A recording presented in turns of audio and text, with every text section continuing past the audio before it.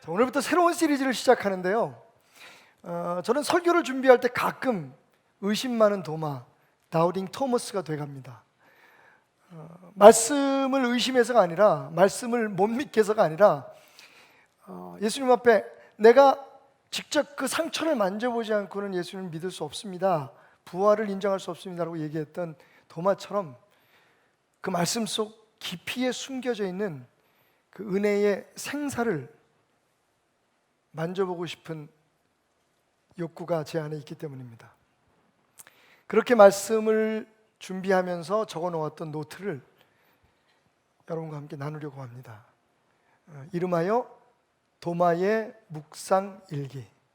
도마 같은 박태남 목사가 하나님의 말씀의 깊은 곳을 더듬으며 생각했던 은혜들을 여러분과 나누는 시간. 오늘 그 첫 번째 시간으로 우리가 잘 아는 삭개오의 이야기를 함께 나누려고 합니다. 말씀을 누가복음 19장 1절부터 10절까지 읽는 것도 좋겠지만 오늘은 좀 다른 방법으로 그 삭개오의 이야기에 다가서 봅니다. 자, 그 은혜의 현장으로 가보시죠.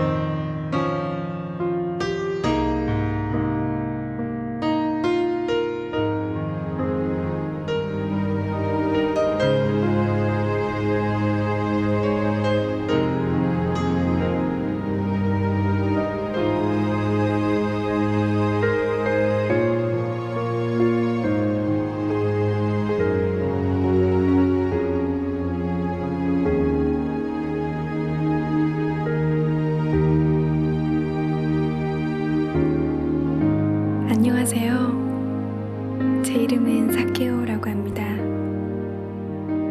사실 전 키도 작고 그다지 잘난 것도 것도 없어서 매일같이 따돌림을 당하던 사람이었죠. 많이 노력했어요. 같이 어울리고 싶어서 다가가기도 했고 얘기도 걸어보고, 하지만 아무도 나를 알아주지 않더군요. 그저 나와 부딪히기 싫어서 돌아가거나, 그런 친구들을 보면서 다짐했죠. 그래, 너희들 나를 따돌린 걸 언젠가는 후회하게 해주겠다고. 그리고는 정말로 열심히 노력했어요. 한만 보고 달려와줘. 이미 내게 어느 것도 필요 없어져. 나를 외면한 사람들을 보며 이를 하물고 노력해줘. 그저 내게 다른 것이 필요한 게 아니었는데, 그 어느 것도.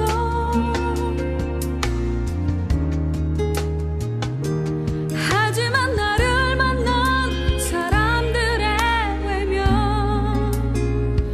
한 번만이라도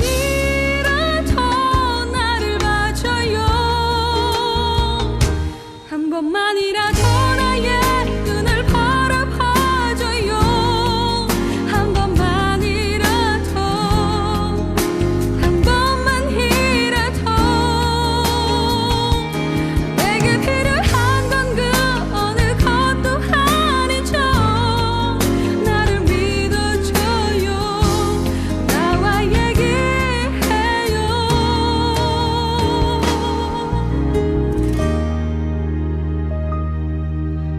나의 눈을 봐주세요.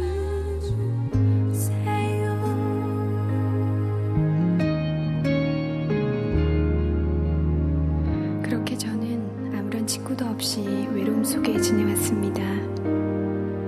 그리고 열심히 노력한 덕분인지 괜찮은 직업도 가지게 되었죠.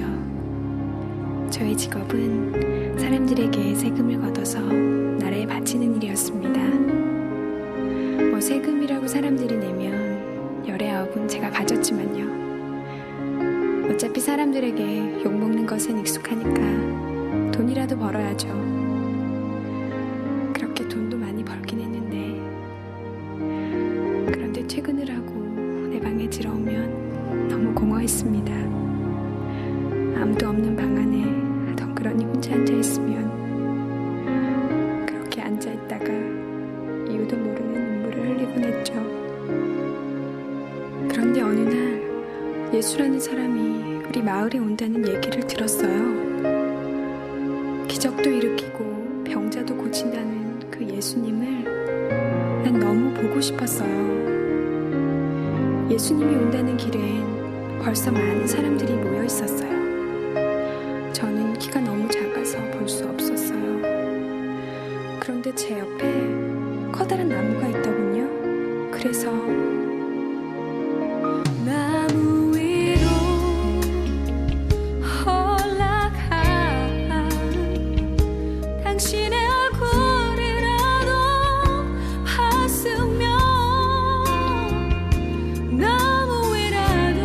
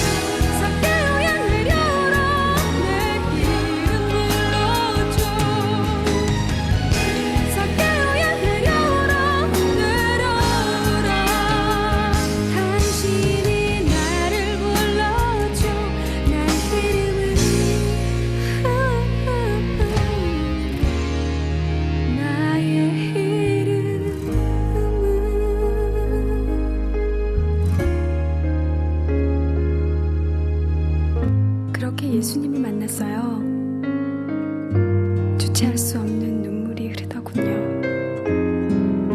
그 후로 내 안에 있던 모든 공허함들은 사라졌습니다.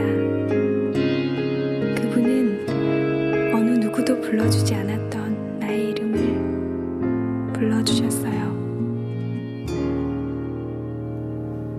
나의 이름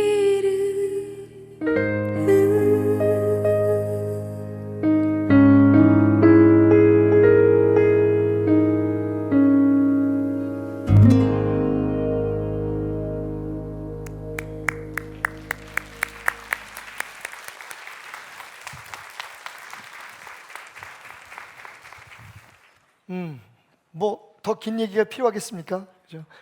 한편의 드라마처럼 우리 앞에 펼쳐졌던 이 삭개오의 이야기.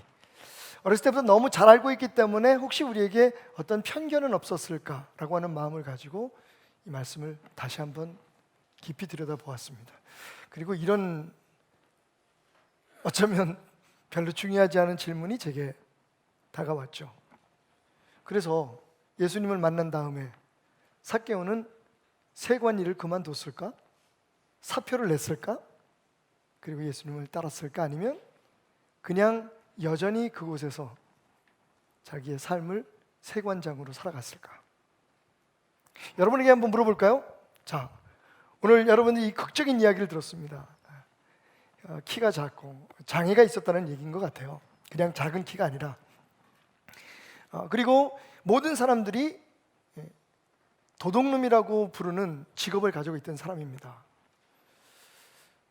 돈은 많았고 또 아마 사회적으로 그 어느 정도의 지위도 보장되는 그런 위치에 있었지만 그의 마음속에 갈망을 예수님을 만나고자 하는 마음으로 품고 살아가던 삭개오가 예수님을 만나고 그리고 예수님 앞에 자기 입으로 고백을 합니다.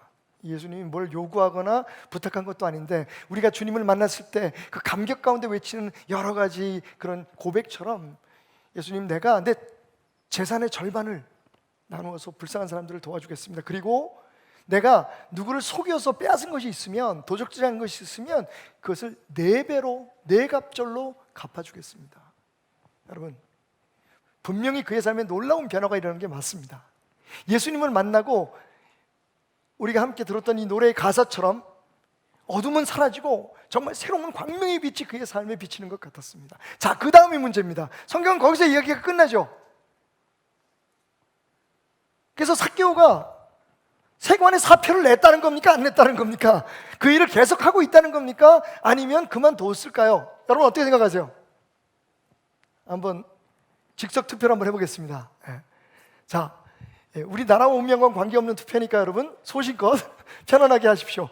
자, 1번, 삭개오가 일을 자기가 하고 있던 그 일을 그만두었다라고 생각하시는 분 한번 손 들어보십시오.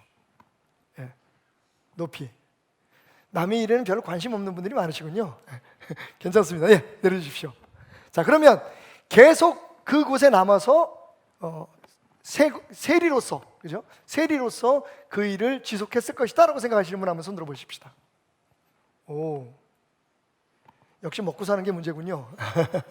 감사합니다.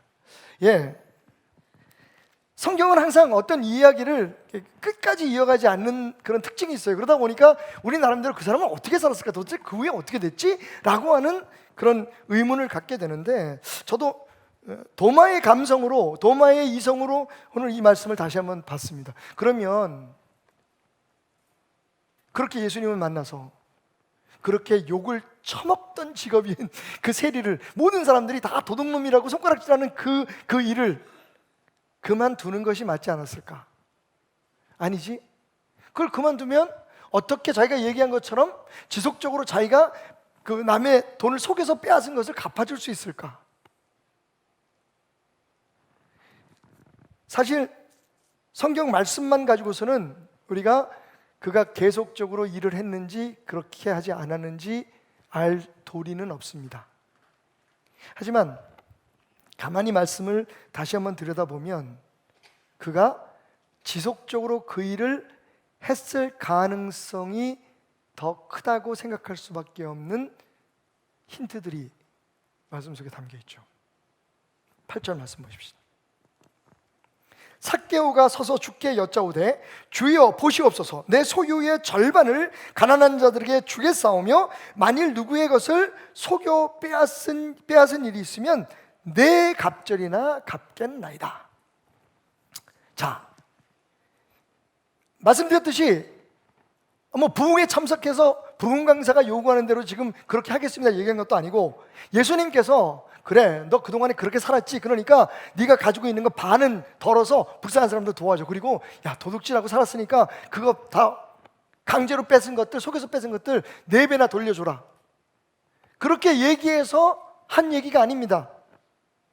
지금 삭개오 자신이 먼저 자기의 입으로 자기의 이름을 불러주고 내가 오늘 너희의 집에 유하여야 하겠다, 당신 집에 오셔서 같이 밥을 먹고 머물러 있겠다라고 하는 그 말 한마디에 여러분 생각해보면 너무 많은 것을 약속하는 것 같아요.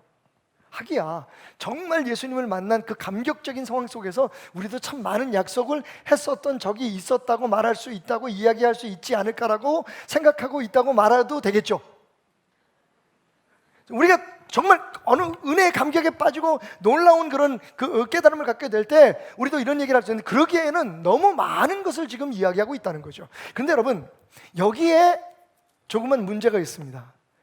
자, 우리가 가지고 있는 이 개역 성경에는 뭐라고 지금 번역이 되어 있냐면 가난한 자들에게 주겠사오며 라고 번역이 되어 있죠. 디돔이라고 하는, 누구의 것을 속여 빼앗은 일이 있으면 내가 갑절이나 갚겠나이다. 아포디도미, 앞에 디돔이라고 하는 말과 그 연관이 있는 말이죠. 내가 불쌍한 사람들에게 주겠고, 그리고 또 그 훔칠 것이 있으면 4배로 갚아주겠습니다. 근데 디돔이 아포디돔이라고 하는 이 두 개의 단어는, 이 동사는 사실 우리 번역에 보면 주겠사오며 라고 하는 자기의 의지가 담겨있는 미래의 행동을 이야기하는 것으로, 그죠? 자기의 그런 계획을 이야기하는 것처럼 번역되어 있지만 사실은 여기 조금 생각해 볼 문제가 있어요. 왜냐하면 본문은 제가 말씀드린 것처럼 디돔이 아포디돔이라고 하는 이 단어들은 현재 능동태 직설법이라는 거죠.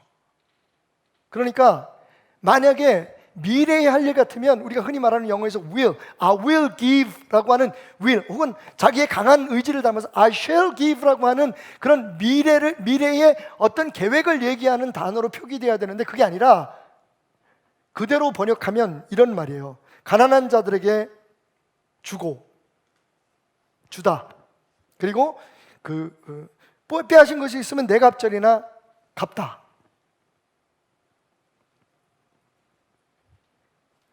설교를 준비하다 보면 목회자 입장에서 어쩔 수 없이 원문을 스터디하게 됩니다. 그래서 원래 이 구절이 우리에게 주는 의미가 뭘까 하는 것들을 혹시 우리가 놓치고 있는 것이 없을까 하는 걸 생각하게 되는데, 저는 조금 놀랐어요. 그래서 여기저기 주석도 여러분들의 설교를 들어보기 시작했습니다. 그리고 저와 비슷한 생각을 갖고 있는 사람들이 꽤 있다는 걸 알게 되었죠. 그게 뭐냐면 헬라어에서 지금 말씀드린 것처럼 현재 능동태 직설법 동사는요, 습관적인 행동을 말할 수도 있다는 겁니다. 다시 말하면 해가 동쪽에서 뜬다. 이 동쪽에서 뜬다라고 하는 rise라고 하는 영어의 단어가 현재형 능동태 직설법이잖아요. 그건 뭘 얘기하냐면 해는 뜬다. 어제도 뜨고 오늘도 뜨고 변하지 않는, 항상 지속되는 어떤 행동이나 어떤 상태를 이야기하는 거잖아요. 그 비동사에서 I am 태남 파이라고 얘기를 하십시다. 나는 박태남입니다라고 얘기를 한다면 나는 어제도 태남이었고 오늘도 태남이고 내일도 태남이겠죠? 그랬으면 좋겠어요. 그런 거죠. 그러니까 오늘 이 단어를 그대로 표현하면 사실은 이 번역은 우리는 별로 그 초이스가 없어요. 그죠? 개역 성경 아니면 개역 개정이니까 새 번역도 마찬가지고, 한글 성경은 그렇게 다양한 번역이 없기 때문에 초이스가 없지만 영어 성경에 보면 특별히 ESV라고 하는 English Standard Version이라고 하는 바이블에는 이걸 그대로 번역해 놨습니다. 뭐라고 번역했냐면 이렇게 했죠. 가난한 자들에게 주다. 그리고 만일 누구의 것을 속여 빼앗은 일이 있으면 내 갑절이나 갚다. 여러분, 어떤 가능성이 있냐면요, 지금 삭개오가 그렇게 살아오고 있었다는 겁니다. 예수님을 만나서 예수님이 내 이름을 불러줘서 와우, 지금부터 내가 그렇게 살겠습니다라고 얘기한 게 아니라 나 그렇게 살아오고 있고 앞으로도 그렇게 살겠어요 라고 하는 자기의 신앙을 고백하고 있는 것으로 이해하면 와우, 우리가 갖게 되는 질문에 대한 답을 어느 정도 알 수가 있는 거죠. 그러니까 사실 이 삭개오가 예수님을 알게 된 거, 예수님을 만난 건 이게 처음이지만 예수님을 알게 된 건 그보다 먼저였을 수도 있고 그 가르침을 따라 살아오고 있었다라고도 이해할 수 있다는 겁니다. 억지 같으면 다시 한번 이 말씀을 볼까요? 3절에 보면 그가 예수께서 어떠한 사람인가 하여 보고자 하되 키가 작고 사람이 많아 볼 수가 없었다라고 얘기합니다. 여기서 삭개오가 예수님을 보고자 하되라고 하는 이 말, 보고자 하되라고 하는 말은 에즈타이 이데온입니다. 이데인. 에즈타이 이데인인데 에즈타이 이데인이라는 말은 뭐냐면 간절히 보려고 지속적으로 시도하는 것을 뜻해요.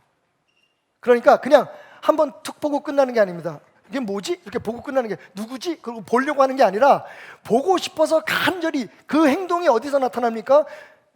돌 무화과 나무 위로 기어 올라가잖아요. 근데 여러분 생각해 보세요. 그냥 단순한 궁금증으로 이랬을까요?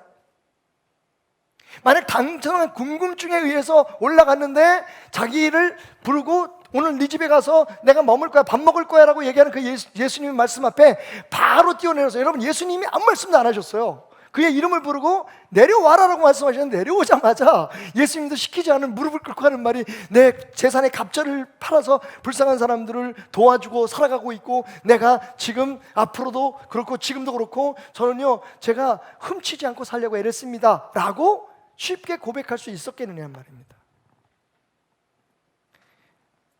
자, 여기서 우리가 누가복음 3장에서 한 가지 힌트를 얻을 수 있습니다. 누가복음 3장 12절부터 14절 제가 읽습니다. 세리들도 세례를 받고자 하여 와서 이르되 선생님이여 우리는 무엇을 하리이까 하매 세리들이 나와서 세례를 받고자 하면서 묻습니다. 세례를 받으면 그 세례를 받는 것에 대한 어떤 그 결과, 대가가 있어야 되는데 우리가 어떻게 살면 좋겠습니까? 라고 얘기를 하자 이 선생이라는 분이 뭐라고 얘기하냐면 이르되 부과된 것 외에는 거두지 말라. 이 얘기 뭐예요? 당장 그만두라는 얘기 아니죠. 세리 너 그거 못할 짓이야. 그거 하지 마. 그만둬 라고 얘기하지 않았습니다. 뭐라고 얘기합니까? 부과된 것 이외에, 정당한 세금 이외의 것을 부과하지 마라 라고 얘기를 합니다. 그리고 두 번째로 군인들이 나와요. 세리 다음에 군인들이 나와서 묻습니다. 우리는 무엇을 하리까? 그러면 세리들은 정당하게 세금을 내고 그러면 군인으로서 우리는 어떡하지요? 라고 물으니까 뭐라고 합니까? 사람에게서 강탈하지 말고 거짓말하지 말고 고발하지 말라. 그 당시에 군인들이 했던 일이 그런 것들인 거예요. 고발한다고 큰 소리 쳐놓고 안 할게 줘, 아니면 집어넣어놓고 빼줄게 줘. 뭐 지금도 그런 일들이 종종 있습니다만 많이 있구나. 옛날에도 그렇게 힘 있는 사람들이, 소위 공직을 가진 사람들이 그렇게 살았다는 거예요. 세리도 로마에서 인정한 텍스 컬렉터잖아요. 그 옛날 문헌에 의하면 군은 자기가 갖고 일만 정부에다 주면 됐대요. 그러니까 정해진 봉급이 없고 그냥 자기가 걷는 만큼 먹는 거예요. 그래서 모든 유대인들이 세관에서 일하는 사람은 뭐 다 도둑놈이라고 얘기를 한 거죠. 죄인이라고 얘기한 거예요. 근데 군인도 마찬가지였다는 거죠. 군인들도 자기는 힘을 가지고 사람들을 괴롭히고 강탈하고, 그러니까 그 당시에도 소위 가난하고 약한 사람들만 밥이었던 거예요. 그런데 이 사람들이 제일 먼저 나왔어요. 그러면 누가복음 3장이면 어디쯤 될까요? 예수님이 아직 사역을 시작하기 전이에요. 그럼 여기서 선생님은 누굴까요? 세례 요한인 거죠. 세례 요한에게 와서 세례를 받고자 하면서 이 사람들이 물어요. 당신이 말하고 있는 그 메시아의 신앙에 대해서, 당신이 말하고 있는 이제 도래해야 할 천국에 대해서. 세례 요한이 제일 먼저 외친 게 뭐예요? 회개하라, 천국이 가까이 왔다. 얘들 지금까지 믿었던 것처럼 믿으면 안 돼. 유대인들을 향해서 얘기하잖아요. 너희들이 지금 믿는 것처럼 율법적으로 니네들만 옳다고 생각하는 그 신앙을 가지고 살다가는 큰일 나. 회개해라. 진짜 하나님의 나라가 도래했다. 그리고 곧 오실 그분이 그 나라에 대해서 너희들에게 선포하게 될 것이다. 그분이 새로운 나라다 라고 이야기를 합니다. 그러니까 그 앞에서 세리들이 제일 먼저, 그리고 군인들이 와서 묻는 거예요. 우리가 그 천국을 기다립니다. 우리가 그 천국을 갖기를 원합니다. 그 메시아를 믿기를 원합니다. 우리가 어떻게 해야 될 거예요? 라고 얘기했을 때 세례 요한이 뭐라고 얘기했냐면, 세금 제대로 걷어, 직장 그만둬. 그거 아니었어요. 세금 제대로 걷어. 여기서 우리가 한 두 가지의 유추를 해볼 수 있어요. 하나는 뭐냐면, 아마도 어쩌면 이 세리장 삭개오가 그때의 세례 요한에게 갔던 그 사람들 중에 한 명일 수도 있다. 다시 말하면 이미 메시아 신앙, 천국에 대한 신앙을 가지고 있었던 사람일 것이다 라고 하는 것과, 두 번째 가능성은 그렇지 않을지라도 그런 신앙을 가진 많은 세리들의 영향을 받은 사람이었을 것이다. 왜냐하면 제가 해석한 그 해석이 맞다면, 그리고 저뿐만 아니라 많은 사람들이 해석하는 것처럼 그렇게 해석해서 이 동사 자체가 습관적인 행동을 뜻하는 얘기. 그러니까 나는 지금까지, 언제부터인지 몰라요, 지금까지 내가 내 재산의 반을 이미 드러내서 불쌍한 사람들을 나눠주면서 살아왔습니다. 그리고 이제부터라도, 지금도 그렇지만 다른 사람들 거를 억울하게 뺏지 않겠지만, 아직도 내가 생각해서 뺏었는데 갚아주지 않은 것이 있었다면 내가 4배로 갚겠습니다. 이 고백이 자기의 신앙 고백이라면, 삭개오는 예수님을 직접 만나보지 못했지만 예수님이 말씀하시는 천국의 신앙을 갖고 있었다는 거죠. 그렇게 보면 이 말씀이 더 생생해져요. 그러니까 삭개오가 예수님을 보고 싶었던 건 그냥 단순히 우리가 그동안 해석했거나 그렇게 설교했던 것처럼 그냥 궁금증에서 예수님을 만나려고 하는 게 아니라, 내가 가지고 있는 이 신앙을 그분을 만남으로써 더 확인하고 싶었던 거죠. 그리고 그분을 만남으로써 완성시키고 싶었던 겁니다. 그러니까 예수님을 보고 싶은데 어떻게 해요? 간절히 보고 싶어서, 여러분 아무리 생각해도, 그죠? 나무 위에 기어 올라가서 그 나이 드신 분이, 그렇다면 제가 가졌던 질문의 답이 어느 정도 우리에게 다가옵니다. 저는 삭개오가 직장을 그만두지 않았을 것이라고 생각합니다. 아니, 안 했기를 바랍니다. 왜냐하면 이 사건이 있은 후에 얼마 있잖아요. 예수님이 십자가에 못 박혀 죽으시거든요. 만약에 삭개오가 사표를 내고 세관을 그만뒀어요. 그러면 불과 며칠 따라다니지 못하고 예수님은 십자가에서 돌아가시고, 삭개오는 뭐가 돼요? 백수가 돼버리겠죠. 그런데 여전히 이렇게 얘기해도 알 수가 없습니다. 그죠? 성경에 안 기록되어 있는데. 그래서 저는 이렇게 생각해봤죠. 만약 이 삭개오라는 사람이 우리 교회의 집사라면, 무슨 집사요? 삭집사. 성이 뭐예요? 삭씨예요. 근데 이 삭집사가 와서, 목사님, 저는 어제 목사님의 설교를 들으며 예수님을 만났습니다. 저의 이름을 불러주신 그분을 만났고, 제가 그동안에 직장에서 이렇게 살아왔고, 내가 하는 일이 이런 것들하는 것을 깨닫고, 이제 내가 새로운 결단을 내려고 합니다. 목사님 어떻게 할까요? 제가 직장을 그만둘까요? 아니면 그만두지 않는 게 맞을까요? 라고 묻는다면 나는 뭐라고 대답할 거냐? 자, 여기서부터 삭개오의 이야기는 우리의 얘기가 되고 나의 이야기가 되는 거죠. 저는 분명히 말할 겁니다. 할 수만 있다면 직장을 그만두지 마십시오.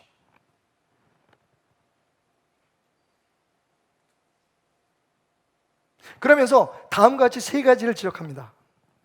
이렇게 권면합니다. 자, 여기서 제가 말씀드리는 얘기는 제가 그렇게 살려고 몸부림치는 이야기다라고 그렇게 이해하셔도 될 겁니다. 왜냐하면 제가 여러분 앞에 저도 지키지 못하고 제가 옳다고 생각하지 않은 일을, 제 아들이 만약에 그런 일을 겪었다면 제가 얘기해 줄 수 없는 일을 여러분에게 얘기하지 말아야 하기 때문입니다. 첫 번째로 저는 이렇게 이야기해 주고 싶습니다. 즉흥적이고 충동적인 신앙을 경계하십시오.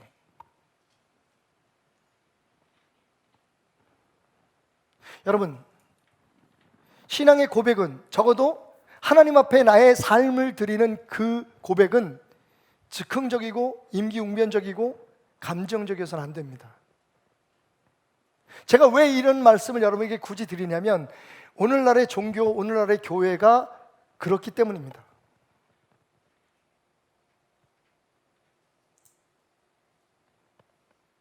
여러분, 주님이 정말 저와 여러분에게 원하는 것은 무엇을 하라는 게 아닙니다. 심지어 저는 이런 책을 쓰신 분도 봤어요.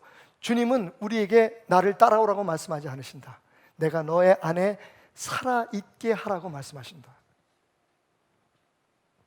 여전히 우리가 아직도 복음과 율법 사이에서 지금 헷갈리는 게 뭐냐면, 우리가 예수님을 믿었어, 뭔가 도전을 받았어, 예수님에 대한 어떤 큰 은혜를 받았으면 그걸 행동으로, 뭔가를 그분이 기뻐하실 만한 행동으로 옮겨야 된다고 하는 생각에 빠질 때가 있다는 겁니다. 부흥 강사가 와서 무슨 설교를 하고 욕을 하면, 우리 이 교회가 이제 빚도 많고 교회를 새로 지어야 하고 여러분 헌금 내십시오. 그렇게 해서 되겠습니까? 당신들이 받은 은혜가 얼만데? 이렇게 얘기할 때 넘어가면 안 된다는 겁니다. 여러분, 오해하지 마십시오. 헌금을 내지 말라는 게 아닙니다. 헌금은 더 많이 내십시오. 그런데 그게 충동적이거나 순간적인 감정에 대한 결단이 될 때 경계하시라는 겁니다. 성경 말씀에 보면 씨 뿌리는 비유 가운데 이런 비유가 있습니다. 더러는 바위 위에 떨어지게 되는데, 그렇죠?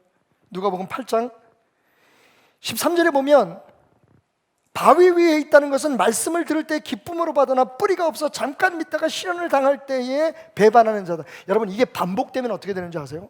우리 신앙이 바위 위에 떨어진 그 복음의 씨앗을 받은 신앙처럼요, 항상 기뻤다가 무너졌다가 믿음이 좋아졌다가 항상 불안한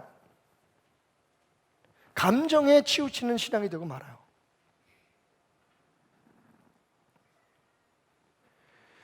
그동안 거의 한 1년 동안 저희 그 청년회는, 그게 제가 청년회를 아직도 붙들고 있는 이유 중에 하나인데, 모 선교단체의 어떤 교회와 싸움을 해왔어요. 그 선교단체에 가서 훈련만 받고 오면 애들이 학교를 그만두고 직장을 그만두고 모슬람 국가로 가야 된다는 거예요. 왜냐하면 예수님이 오실 날이 얼마 안 남아서. 여러분, 우리 청년들이 얼마나 지금 불안해요. 그죠?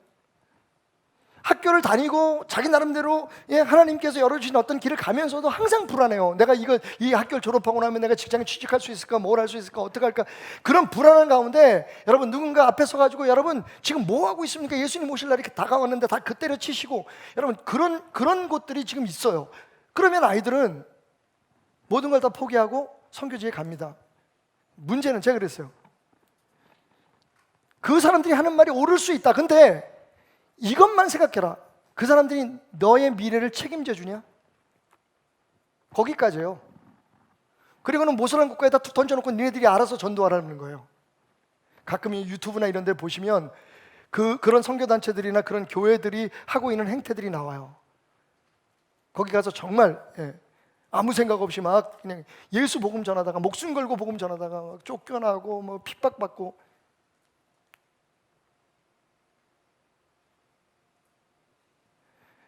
여러분, 제가 아무리 얘기를 해도 마음이 흔들리잖아요, 친구들이. 오히려 자기들이 받은 은혜가 너무 당연하죠. 막 5,000명, 6,000명씩 모여가지고 막 은혜하고 막 결단하고 이러면 사람들이, 특히 젊은이들의 마음속에는 야, 이게 내 갈 길인가 보다, 이게 내 희망인가 보다, 그러고서 막 결단하고 나와요. 근데 문제는 뭐냐? 그리고 나서 제정신이 들면요, 자신들의 선택에 대해서 책임져 주는 사람이 아무도 없다는 걸 알아요. 물론 하나님은 책임져 주시겠지만. 그러니까 제가 그들을 설득할 때 제일 먼저 하는 얘기가 그거예요. 야, 그 사람들은 얘네들 책임 못 져.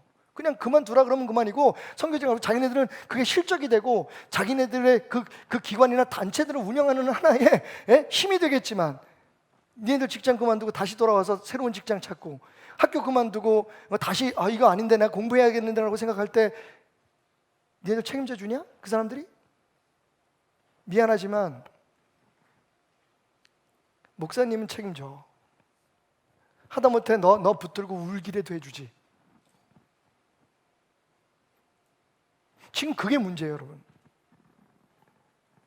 근데 의외로 많은 사람들이 그 선동에 넘어가요. 책임져 주지 않는 그 선동에. 여러분, 저는 삭 집사님에게 이렇게 얘기하고 싶어요. 집사님, 큰 은혜 받으신 것을 축하드립니다. 예수님을 만나셨군요. 자, 그러면 지금부터 기도합시다. 정말 당신이 나가야 할 길이 무엇인지, 꼭 거기를 떠나야 하는 건지, 아니면 거기 남아서 하나님의 사람으로 해야 할 일이 있는 건지. 여러분, 우리가 하나 분명히 알아야 될 건, 우리가 예수님을 만난 후의 삶만 예수님이 정해진 게 아니에요. 우리가 예수님을 만나기 전에 우리의 삶도 그게 실패와 고통에 점철된 날들이라고 해도, 실수와 예수님을 모르니까 당연히 우리가 엉뚱한 가치관과 엉뚱한 비전을 가지고 살아서 많은 아픔을 겪었겠지만, 여러분 알고 계십니까? 그것도 하나님께서 허락하지 않으시면 한 걸음도 우리가 움직일 수 없었던 길이라는 걸.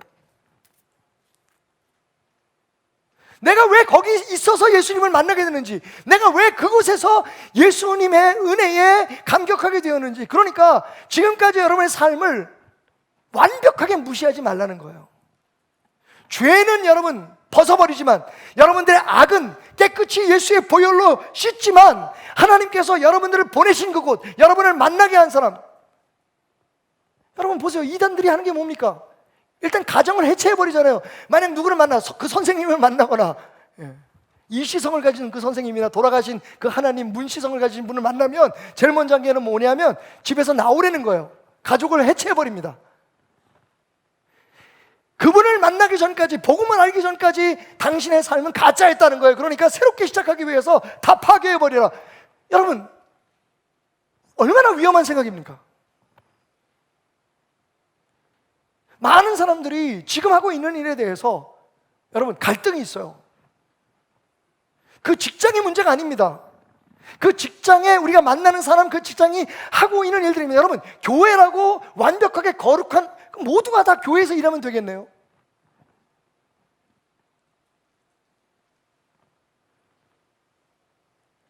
사실은 우리의 삶의 현장에서 하나님께서 우리를 쓰시기 위해서 우리를 부르시고 세우시기 위해서 부르셨다라고 하는 그 믿음에, 여러분 좋습니다. 한두 번 우리의 삶 속에 해보지 않았던 어떤 도전을 시도해보는 것, 정말 내 믿음이 얼마나 진실된가 하는 것을 시도해보는 것은 좋지만, 분명히 말씀드리는 건 너무 쉽게 그 순간순간 받은 은혜로 결단하고 결정하고 사표 집어던지지 말라는 겁니다. 그게 제가 삭 집사에게 하고 싶은 말이에요. 조금 기도해보자. 결국 그렇게 피하다 보면 우리가 이 세상에 할 일이 뭐가 있습니까? 그렇게 우리가 살다가 보면, 그죠? 이 세상에서 우리가 어떻게 삽니까? 말 그대로 진짜 신앙촌을 만들고 집단 생활체제를 만들어서 거기 가서 죄 안 짓는다고 사는데, 그렇게 모였던 사람들이 또 다 흩어지고 깨어지더라고요. 왜 그렇습니까?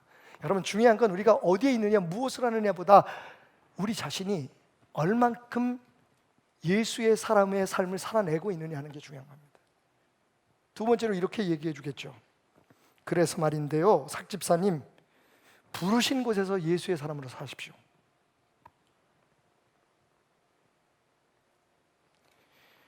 사무실 벽에다가 성구를 붙여놓고 십자가를 붙여놔도, 여러분, 사람 속이고 하나님 기뻐하지 않는 방법으로 사업을 운영하거나 하면 그거 하나님 기뻐하지 않는 겁니다.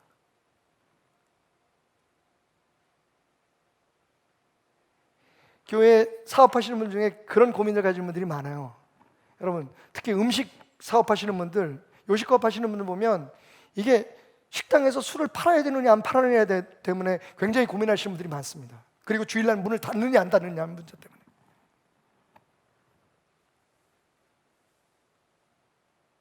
언제까지 우리 스스로 못 본 척, 아닌 척 넘어갈까요?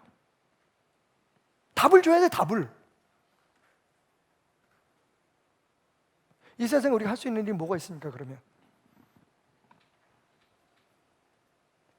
목사는 거룩합니까? 목사는 직업이 거룩한 게 아니라 목사스러움이 거룩한 거죠. 목사다움이 거룩한 거죠. 저는 삭집사를 붙들고 눈물로 축복하며 이렇게 말할 거예요. 하나님, 우리 삭집사님이 이 세무소에서, 세관에서 하나님의 사람으로 살아가며 빛이 되게 하소서. 그 상황에 물들거나 그 상황이 싫어서 도망가는 사람이 아니라 그 상황을 하나님의 기뻐하시는 상황으로 바꾸어 가려고 끊임없이 도전하고 끊임없이 예수를 의지하고 살아내는 사람 되게 하소서.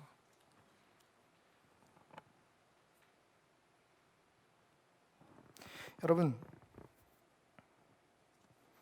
그리고는 기도를 마치면 이렇게 얘기하고 싶어요. 예수에게 붙어 있도록 노력하십시오. 당신이 해야 할 일은 예수님을 위해서 무엇을 해내는 게 아니라, 예수님을 위해서 어떤 아주 극단적인 결단을 내리는 것이 아니라 지금 하고 있는 일 중에서 하나님께서 또 다른 부름을 하실 수 있어요. 왜냐하면 여러분, 이 세리 삭개오는 제가 생각하는 것이 맞다면 그냥 세관에 머물러 있으면서 예수님이 주신 그 말씀대로, 예수님을 만난 그 기억대로 은혜 속에 살아가면서 하나님의 영광을 나타내는 사람이 되었을 거예요. 근데 세리였는데 세관을 예수님을 만나자마자 떠난 사람이 있어요. 누굽니까? 세리 레위입니다. 마태입니다. 마태. 그는요, 예수님을 어디서 만나냐면 세관에서 만났어요. 세관에 앉아있다가, 세금 걷는 자리에 앉아있다가 예수님을 만났어요. 예수님이 따라오라 그러니까 바로 때려치고 따라갔어요. 그 경우는 다른 겁니다, 여러분. 삭개오에게 예수님이 따라오라는 말씀하지 않으셨어요. 뭐라고 말씀하셨습니까? 내가 너희의 집에 유하여야 하리라는 거예요. 여기도 좀 문제가 있어. 여기서 유하다는 말이요, 오해의 가능성을 우리에게 주는 이유는 예수님께서 유하겠다고 하신 말씀과, 그리고 뭇사람들이, 그 주변에 있던 사람들이 저 사람이 누군데 죄인의 집에서 유하려고 하느냐라고 했던 유하라는 말, 한글 성경에는 똑같이 번역되는데 이 두 단어가 다른 단어예요, 사실은. 그러니까 첫 번째, 예수님께서 유하겠다고 하는 말씀은 뭐냐면 매노예요. 한번 따라해볼까요? 매노. 이 단어가 어디에 사용된 단어냐면 요한복음 15장에 기록된 단어예요. 요한복음 15장, 여러분 5절 뭐라고 얘기했죠? 나는 포도나무에 너희는 가지니 그가 내 안에 내가 그 안에 어떻게 하면? 거하면. 이게 매노예요. 그러니까 이것도 잠깐 들리는 게 아니라, 방문이 아니라 유숙이에요. 말 그대로 함께 머무는 거예요. 그런데 사람들이 말하는 저가 죄인의 집에 유한다라고 이야기하는 건, 그거는 숙박한다는 의미예요. 원어로는 한번 따라해 볼까요? 카탈리오. 까탈스러운 사람들이에요. 카탈리오라고 하는 이 단어는 우리나라 말로는 똑같이 유하여라고 번역이 되었지만 무슨 뜻이냐면 잠시 들르는 걸 얘기해요. 방문을 뜻한단 말이에요. 이거 얼마나 큰 차이예요, 이게. 예수님은 삭개오에게 이렇게 초청하십니다. 내가 이제 너하고 함께 머물길 원해. 그리고 그 다음에 바로 하신 말씀이 뭐예요? 오늘 이 집에 구원이 임했다는 거예요.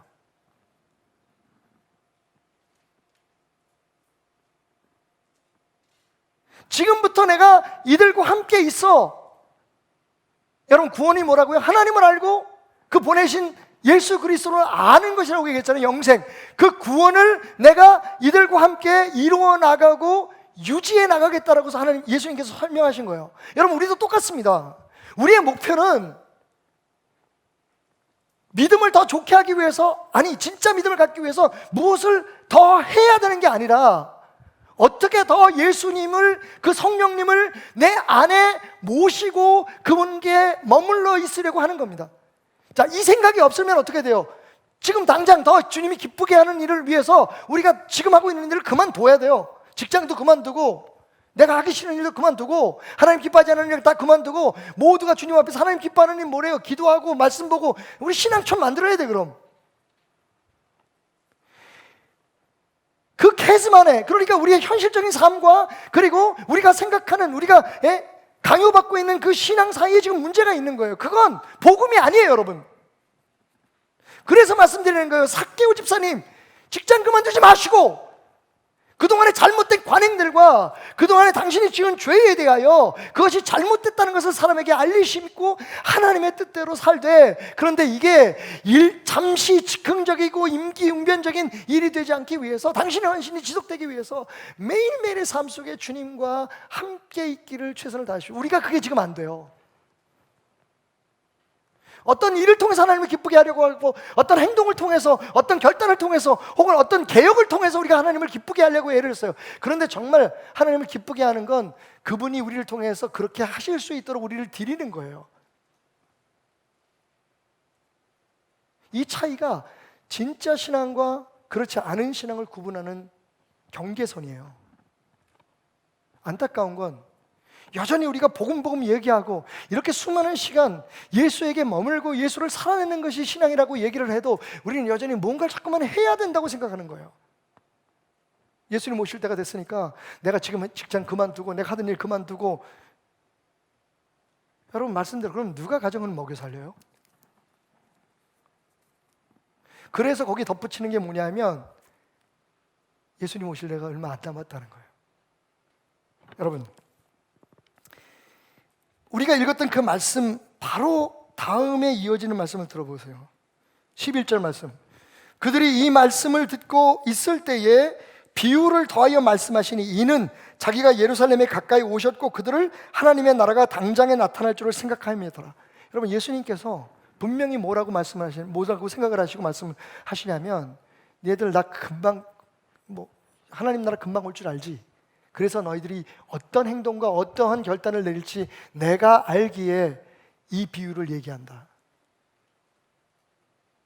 여러분, 예수님이 빨리 오실 수 있어요.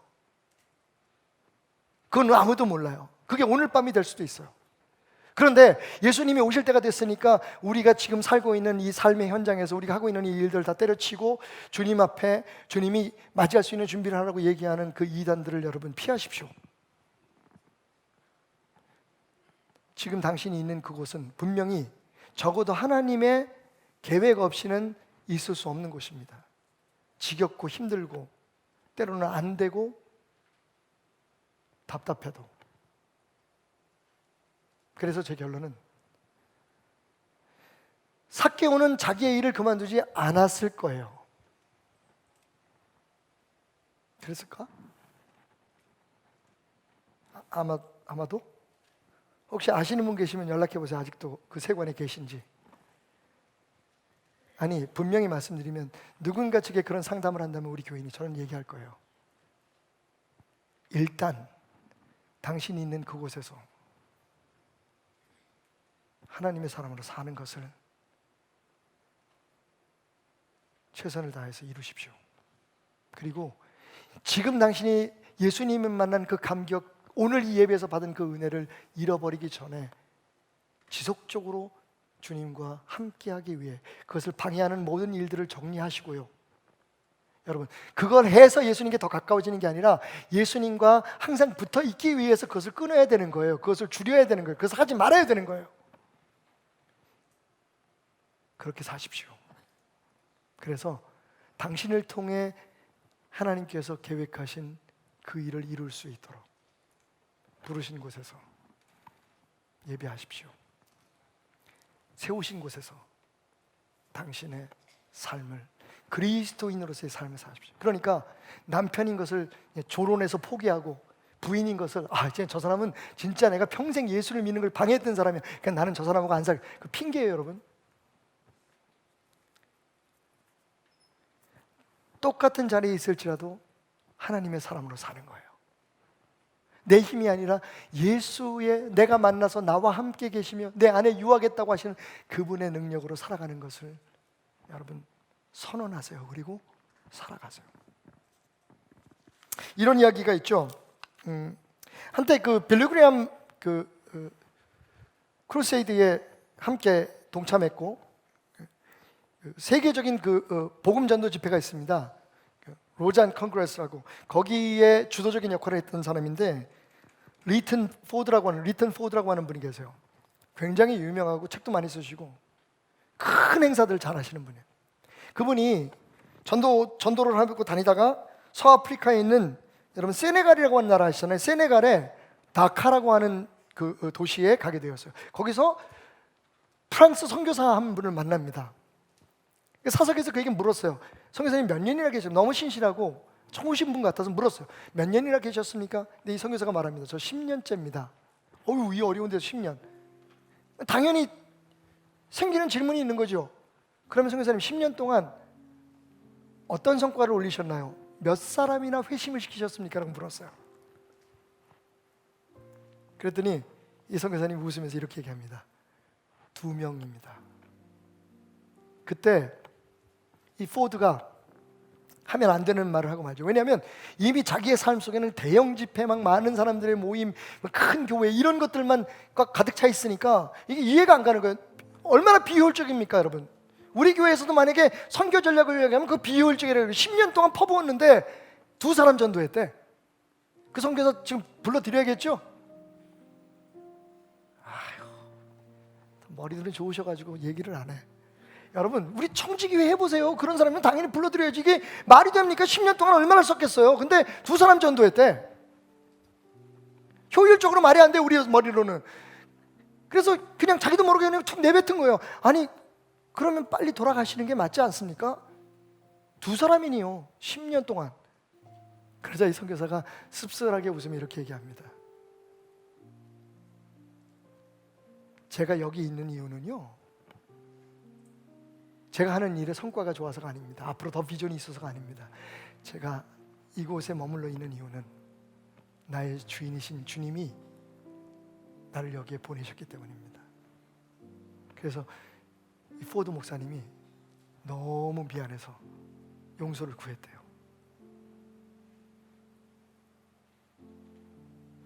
여러분, 여전히 우리는 아직도 이게 하나님의 일이라면 뭔가 좀 성과가 나와야 돼. 이게 잘 될 수밖에 없는 거예요. 하나님의 일인데, 하나님이 하시는데. 여러분, 그게 얼마나 잘못된 생각인지를 오늘 저와 함께 하는 이 도마의 묵상을 통해서 깨달았으면 좋겠습니다. 진짜 그럴까요? 그럼 성경에 나오는 사람들 중에 우리가 인간적인 그 여러 가지 상황으로 볼 때 그냥 편안하게 말씀드리는 게 더 이해가 빠르시겠죠. 말아먹은 사람들은 뭡니까? 사도 바울은 그 스펙을 가지고 떠돌다가 새방에 갇혀 있다가 순교당했어요. 예수님은 도대체 뭡니까?